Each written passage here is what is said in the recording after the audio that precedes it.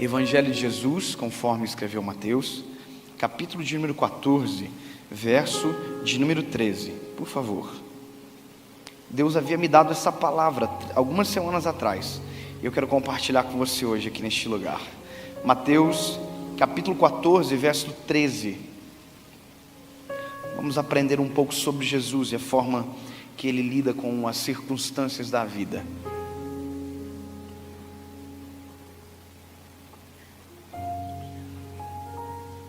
Gostei, legal. Tempo de criar algo novo. Uau, gostei. Mateus capítulo 14, verso 13. Vamos ler. Ouvindo o que havia ocorrido, Jesus retirou-se de barco em particular para um lugar deserto. Ponto. Você entendeu o que é isso? Ponto. Vou ler de novo. Ouvindo o que havia ocorrido, eu vou dizer o que aconteceu. João Batista havia morrido, tinha sido assassinado pelas mãos de Herodes. Ok? Então, quando Jesus, ouvindo o que havia ocorrido, Jesus retirou-se de barco, em particular para um lugar deserto. As multidões, ao ouvirem falar disso, saíram das cidades e o seguiram a pé. Feche os seus olhos. Pai, nós queremos aprender de Ti, sobre Ti, Jesus. Fala conosco neste lugar, derrama sobre nós a Tua presença, do Teu Espírito Santo, e que possamos compreender, Senhor, a forma correta de lidar com a vida e como a vida é. Jesus, por favor.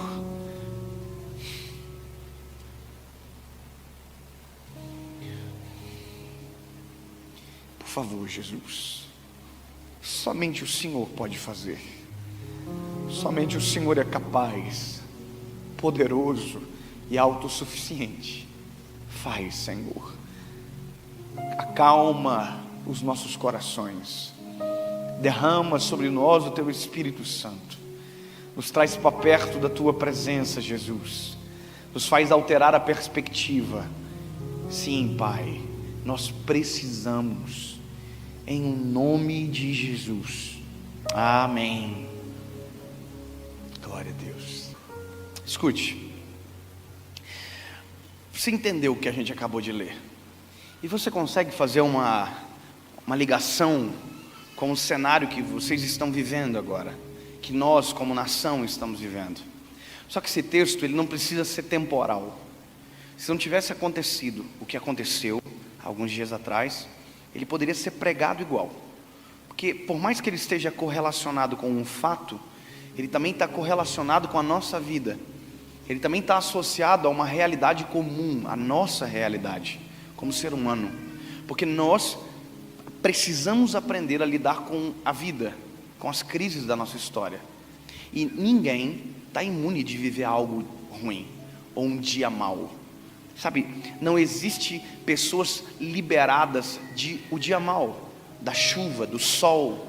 Todos nós estamos suscetíveis à realidade da vida. Eu não sei se você já ouviu isso, mas quando eu era menino, a minha mãe dizia muito que a vida não é um mar de rosas. Você já ouviu essa frase? E sabe, é verdade.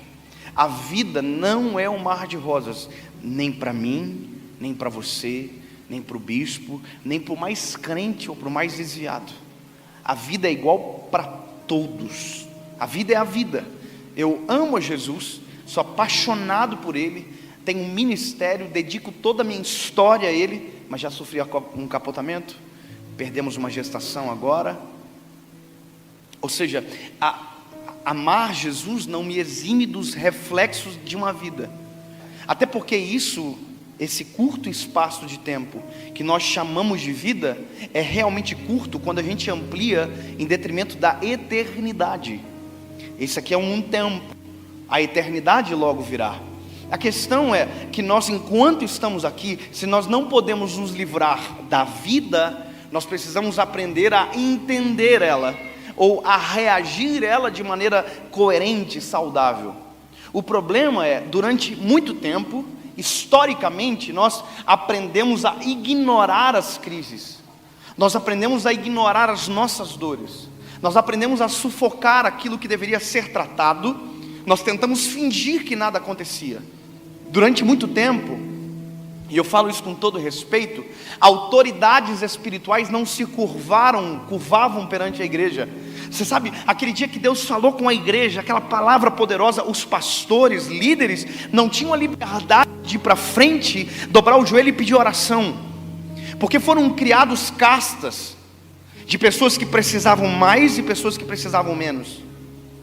Então nós aprendemos a sufocar as coisas. Por exemplo, se eu sou crente, se eu sirvo a Jesus, a ótica de muitos é que eu não posso viver crise. Quando eu sofri um acidente de carro, eu me lembro que quando eu postei o livramento, alguém mandou assim: aonde Deus estava na hora do acidente? Porque as pessoas confundem as coisas. As pessoas não conseguem entender o que é a vida e que maneira nós devemos responder e corresponder a ela. E obviamente, se precisamos de um manual, a Bíblia é um manual perfeito. Cristo é o modelo ideal. E a fala de Jesus e a forma com que ele reage aqui demonstra muito mais sobre a humanidade dele do que sobre a divindade dele. E isso para mim é poderoso e é didático, é pedagógico, porque Jesus está me ensinando: filho, a hora que acontecer, aprenda a reagir. Já parou para pensar que se Jesus quisesse, ele poderia ter ressuscitado João Batista? Já parou para pensar que quem Herodes assassinou, assim como ele fez com Lázaro depois de 4 dias morto, ele poderia fazer com João Batista? Deixa eu refrescar a tua memória. João Batista é amigo de Jesus. João Batista, o primeiro contato que teve com Jesus foi no ventre da mãe dele. Já pensou que loucura? Isabel está grávida de João Batista no 6º mês. Quando Maria chega gerando Jesus, já gestante, quando ela saúda Isabel, a Bíblia diz que o neném que está dentro do ventre dela salta de alegria. Ou seja, ali nascia um vínculo poderoso e sobrenatural entre João Batista e Jesus.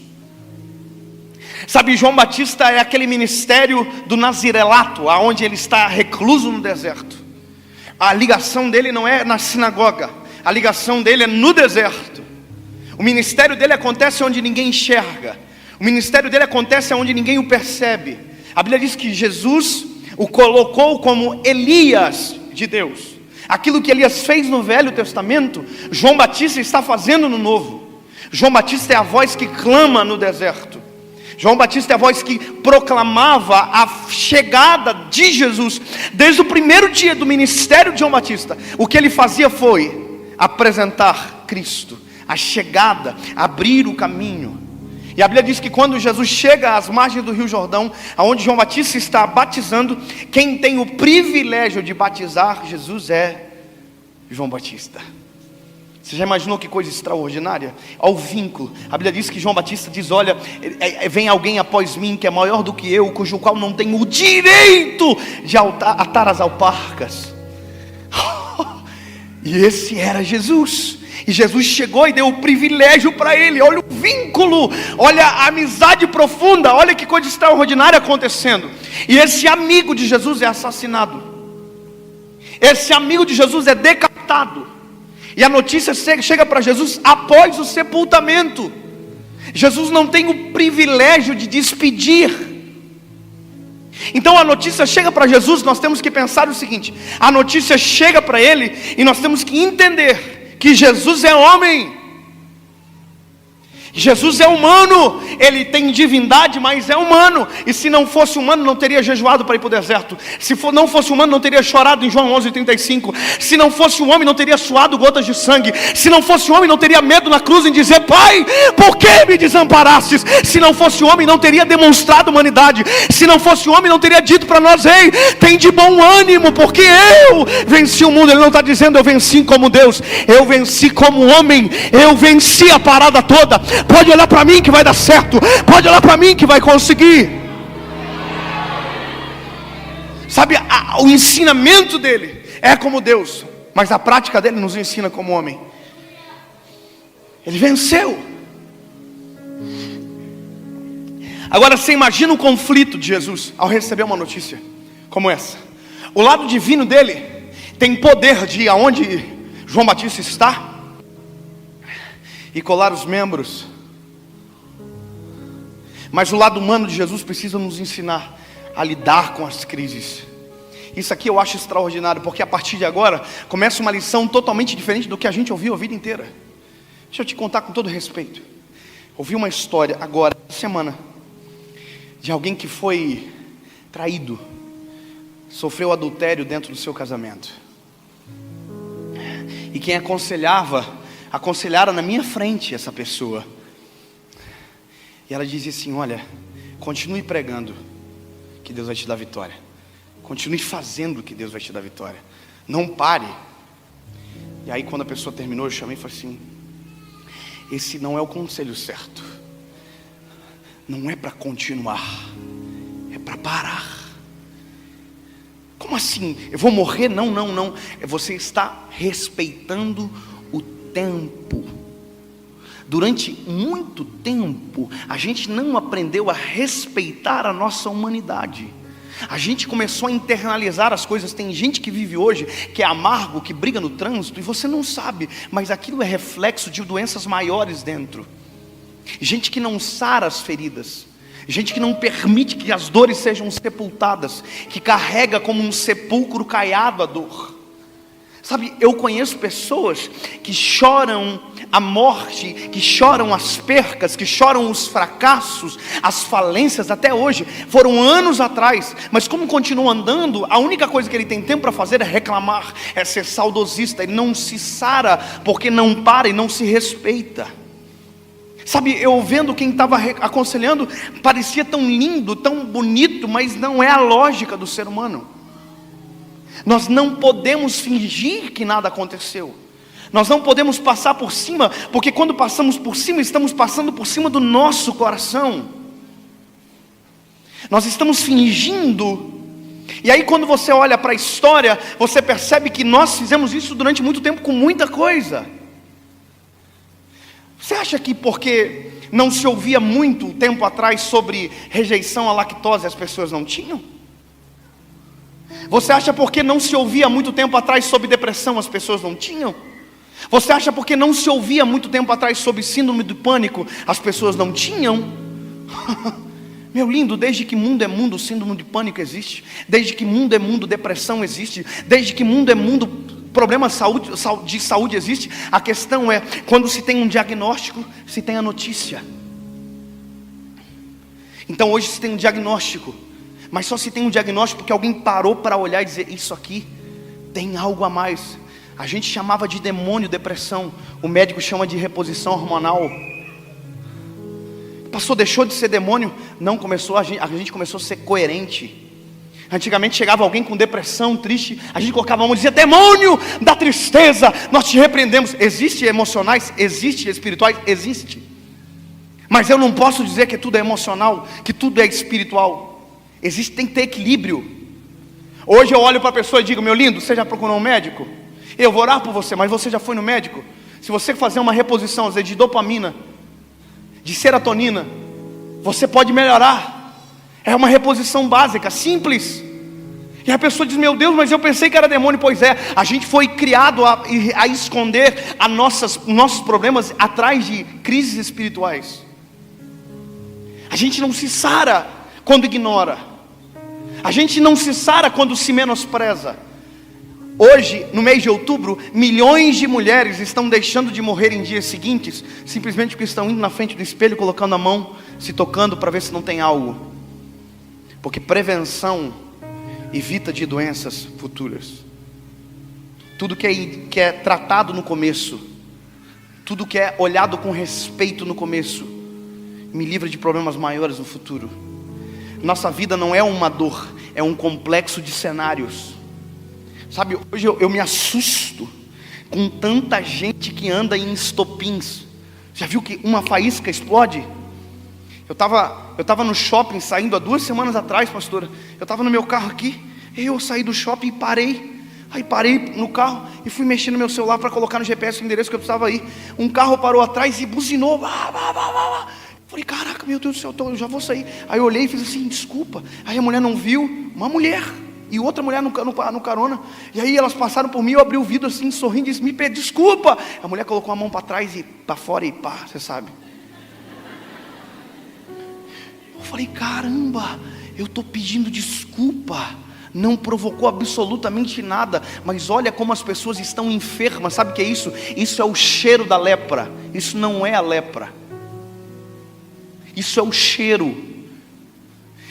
Sabe, todos esses sintomas não são as doenças principais, isso são cheiro de uma doença maior na alma.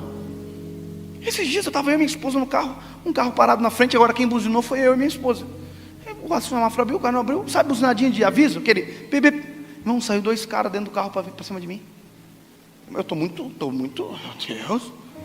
Falei, dei a ré aqui, ó, vazei. Falei, tá maluco? Eu vou ficar para apanhar? Porque com certeza eu ia apanhar.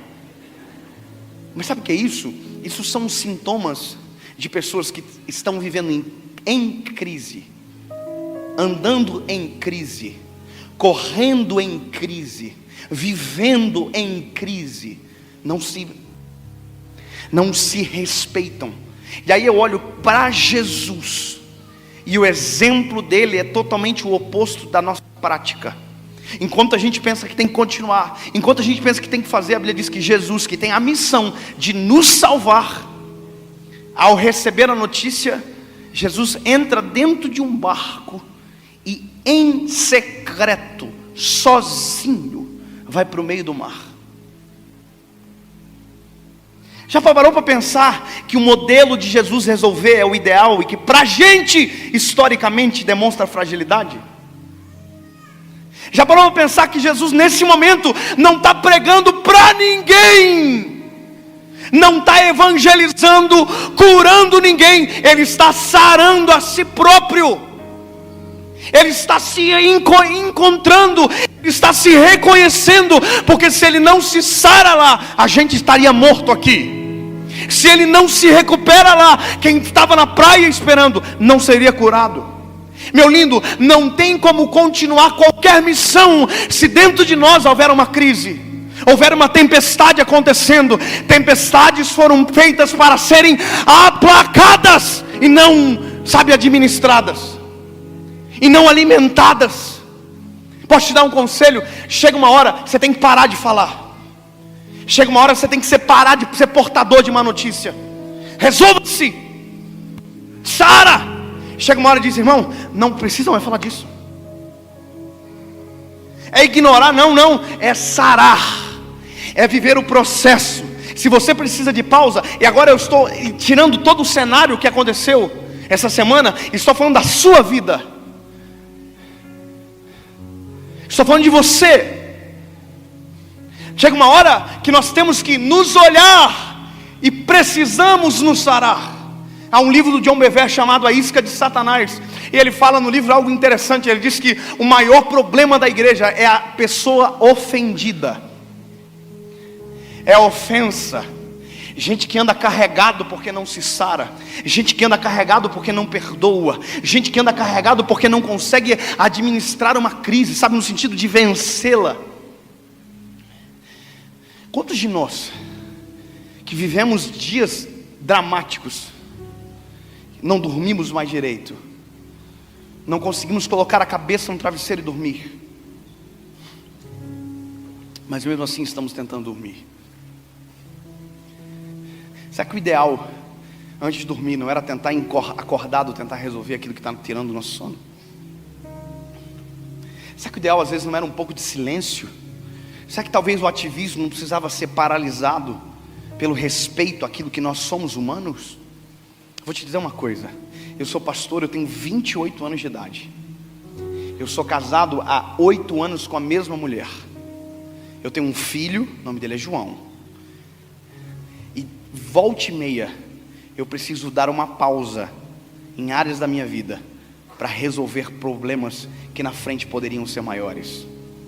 Eu e minha esposa, a gente é humano, a gente é lindo no Instagram, é bonitinho, porque a gente nunca vai postar a nossa briga, a gente só vai postar quando a gente faz as pazes.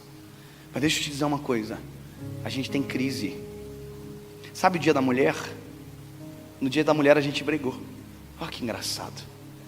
Tivemos um conflito. À noite, eu fui deitar, estava no quarto de visita, deitado, mexendo no celular. Pensei o seguinte, sabe uma coisa? Se eu ficar aqui, eu estou abrindo uma brecha para que aquilo que começou pequeno, amanhã seja ainda maior. Pausar para resolver as pequenas crises, os pequenos conflitos. Nada começa grande, as coisas começam pequenas. Eu voltei para o meu quarto, deitei no ladinho dela, meu filho estava no nosso meio. Peguei o meu pé assim, ó. Aqui, ó. Encostei nela. Ela olhou para mim assim, abriu um olhinho, olhou para mim, fechou. No outro dia eu ia viajar, tinha uma carta dela na minha Bíblia e tinha uma carta para ela também. A gente precisa resolver as nossas crises. Você vê como a vida, ela precisa ser parafraseada para que a gente entenda que tudo às vezes é nada e que nada às vezes é tudo. Que às vezes a gente está reclamando das coisas grandes, mas a grande tempestade dentro da nossa vida são verdadeiramente pelas coisas pequenas que não foram saradas, que não foram resolvidas, que não foram respeitadas.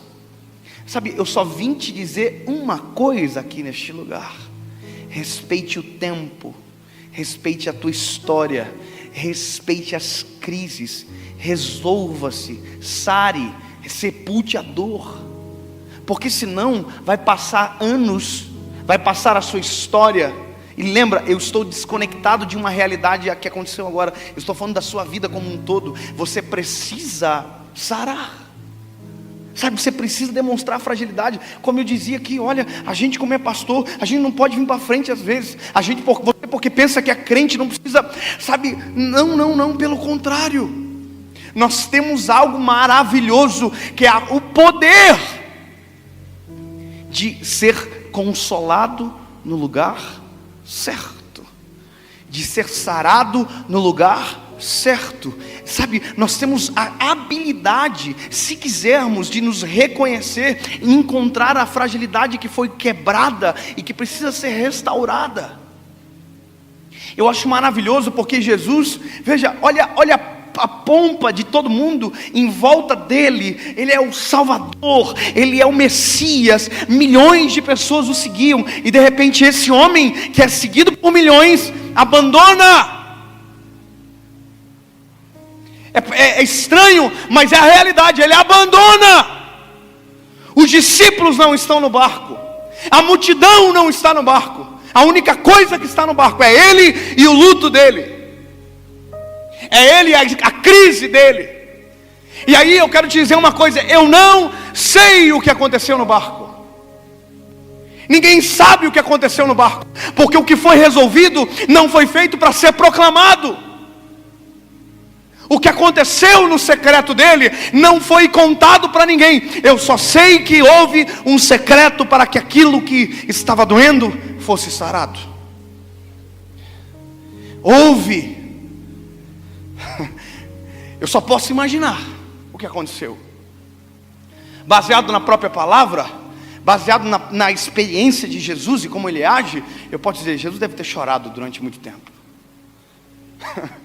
Provavelmente a crise de Jesus, provavelmente, eu estou dizendo de um ponto de vista meu, era assim: eu saber que eu posso ressuscitar, mas se eu ressuscitar, eu estou ferindo um princípio de supremacia de uma vontade maior.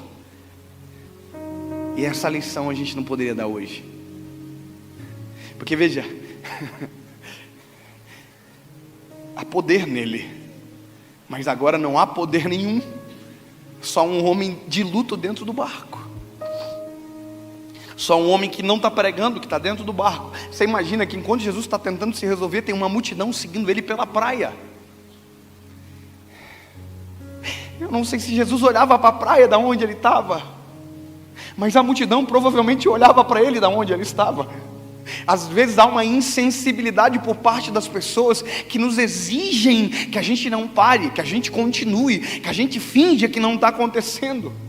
Você já imaginou que Jesus está se resolvendo e tem uma multidão na praia dizendo provavelmente: vem logo, Vem logo, nós temos os nossos problemas. Deixa eu te dizer uma coisa, meu lindo. Eu tenho uma vida, eu sou um ser humano. Eu não posso interferir na vida de alguém enquanto dentro da minha história estiver em luto. Eu não tenho como sarar alguém enquanto tiver uma ferida aberta dentro de mim. Você tem que aprender, não adianta tentar ser bálsamo para alguém enquanto o bálsamo não atinge você. Não tem como. Eu demorei para aprender isso. Eu demorei para aprender a me identificar. Sabe? Mas quando você olha para isso aqui, isso é libertador. Sabia, Tadeu, que se eu quiser eu posso cancelar uma agenda? Se eu quiser eu posso. Se eu estiver precisando resolver a minha casa, eu vou parar. Porque a missão é importante. Mas se eu não estiver vivo, a missão acaba. Se eu não estiver bem, a missão acaba. Você imagina eu hoje vim pregar para você arrebentado. Você imagina hoje eu tentar falar alguma coisa para você em prantos. Você ia dizer, eu cheguei ruim, saí pior. Porque doentes não saram doentes. Leprosos não saram leprosos. Porque ao mesmo tempo que sara, contagia. Curados têm capacidade para curar. Libertos têm capacidade para libertar. Perdoados têm capacidade para perdoar. Livres têm capacidade para liberar. Porque é isso que nós precisamos entender. Jesus pausa. E olha que coisa maravilhosa. Jesus pausa. Ponto. O ponto está dizendo, acabou aqui. Encerrou a sentença. Não é mas, não é porém. Não, ponto. Não tem um verbo de não, acabou. Sabe, não há um hiato no meio de ligação, não, é um ponto. Jesus foi para o meio do mar, no secreto, ponto. E o resto, ponto. Não há conexão da primeira fala com a segunda fala, é ponto. A segunda fala é um início, não é uma continuação.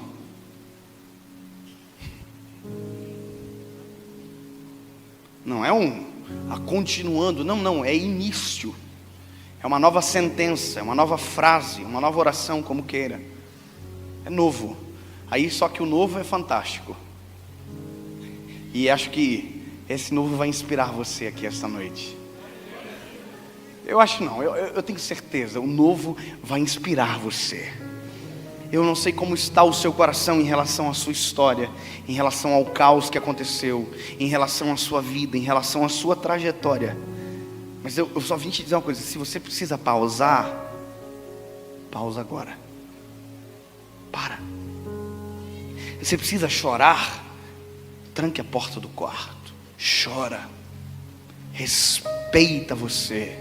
Sabe, se você precisar não falar com ninguém durante 10 dias, não fale com ninguém. Mas esteja acompanhado de quem consola você, de quem transforma você. Sabe, não se isole dele. Se você precisar se isolar de mim, se isole de mim, se isole de alguém. Mas dele você não pode se isolar. Mas permita-se sarar. Ponto. Entendeu? Ei, ponto. Quando acabar, acabou.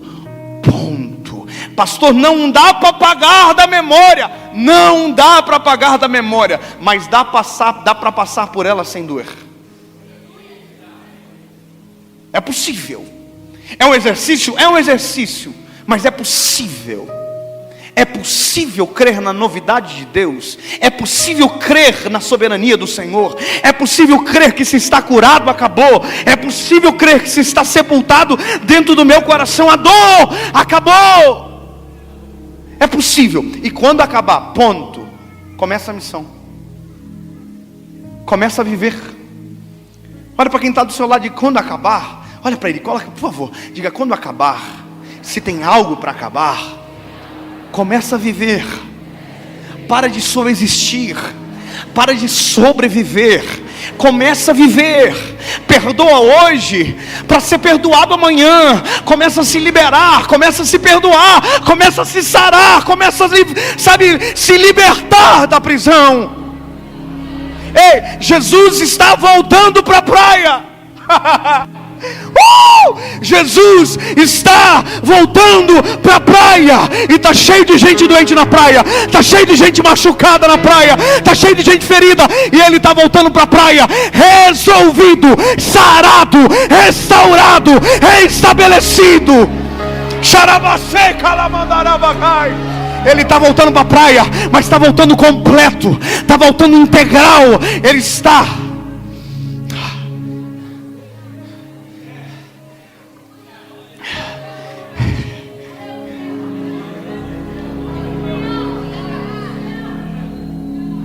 Jesus chega na praia, e a Bíblia diz que Ele é movido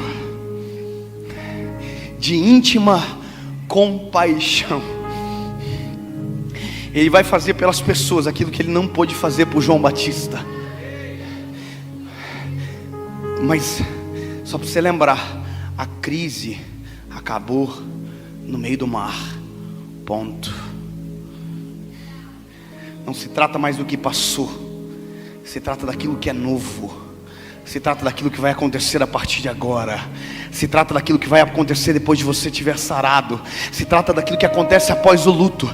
Jesus está na praia, está todo mundo doente. A Bíblia diz: Jesus, movido de íntima compaixão, curou todos que estavam enfermos. Você sabe o que é isso? É uma das primeiras vezes que a Bíblia diz que Jesus curou todos que estavam enfermos. Sabe o que é interessante? Isso demandou tanto tempo. Não há nenhuma pregação, é cura, é Jesus tocando em pessoas e pessoas sendo curadas. É Jesus tocando em pessoas e pessoas sendo libertas. Não há um sermão, é só Jesus liberando cura, é só Jesus liberando algo novo, porque Ele estava livre, Ele estava sarado. Não há uma pregação estranha, extravagante, não.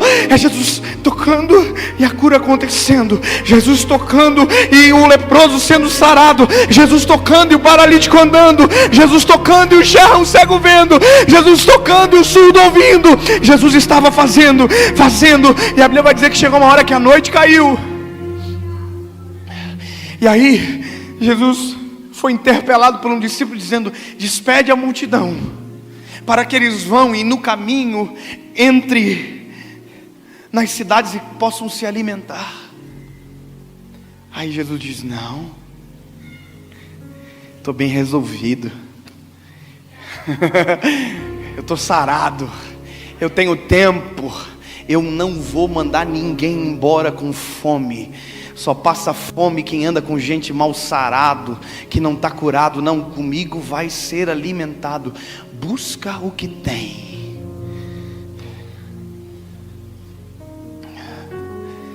Trazem para Jesus 5 pães e 2 peixinhos.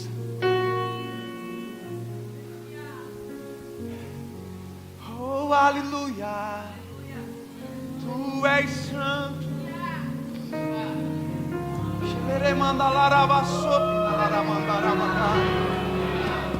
Tu és santo.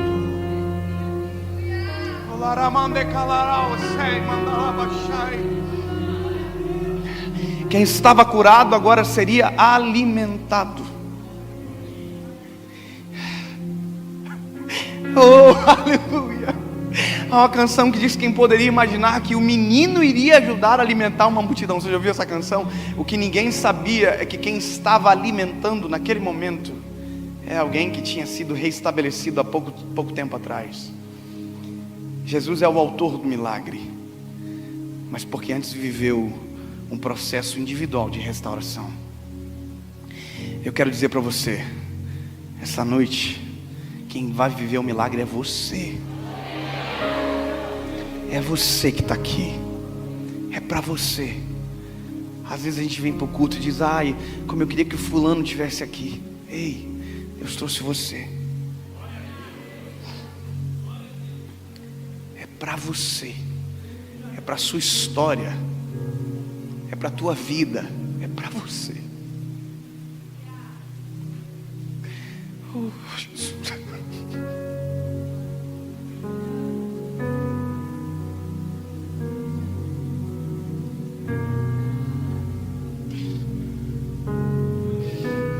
Qual é o nome do menino?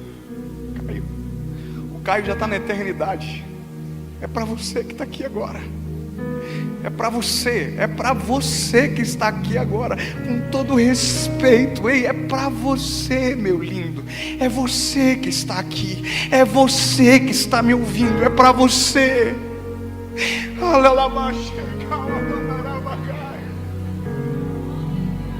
É tempo de sarar o teu coração. Eu vou fazer uma pergunta só. Se você precisa resolver o seu coração, se há crises dentro de você que tem te atormentado, que tem impedido você de continuar a viver, de começar a viver, aonde você estiver, sai do seu lugar e vem para frente. Eu quero orar por você agora. Vem.